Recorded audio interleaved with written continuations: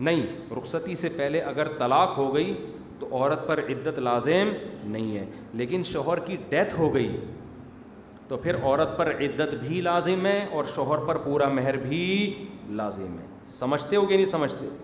رخصتی سے پہلے طلاق ہو گئی تو کچھ بھی نہیں ہے, آدھا مہر شوہر کو دینا پڑے گا, پورا نہیں.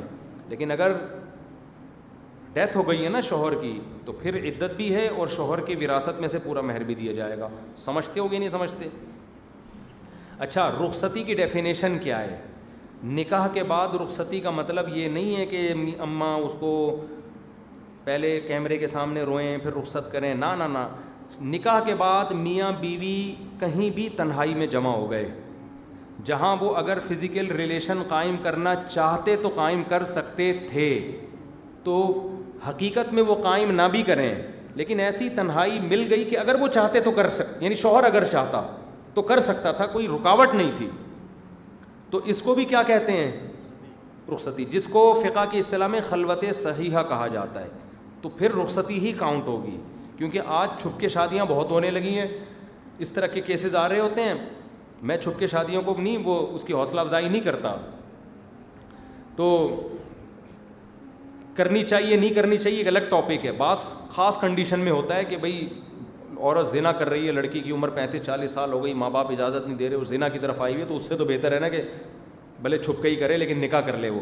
اور وہ چھپ کے ہوتا نہیں, اس میں گواہ بہرحال ہوتے ہیں, لیکن نارملی ہم اس کو معاشرے میں پروموٹ کبھی بھی نہیں کرنا چاہیے. لڑکی کو اس کے والدین, اور خاص طور پہ کم عمر لڑکیاں 18-20 سال کی, یہ تو زہر ہے اپنے ماں باپ سے چھپ کے اگر شادیاں کریں, ان سے تو لڑکے کھیلتے ہیں پھر. تو میں کبھی بھی ایسے نکاح کو کی ترغیب نہیں دیتا, نہ اس کو میں پروموٹ کرتا ہوں معاشرے میں, اس کی حوصلہ شکنی کرنی چاہیے.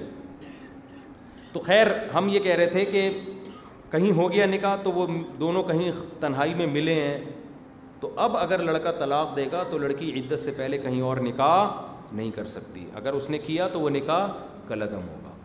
تو لڑکیوں نے چھپ کے نکاح کیا ہوا ہوتا ہے, شوہر نے طلاق دی ہوئی ہوتی ہے, اب وہ عدت کیسے گزاریں, 3 مینسز کے بعد نکاح, ادھر اماں نے شادی کی ڈیٹ اگلے مہینے رکھ دی ہوتی ہے, اب وہ پریشان ہوتی ہیں, بھائی یہ تو نکاح ہی نہیں ہوگا.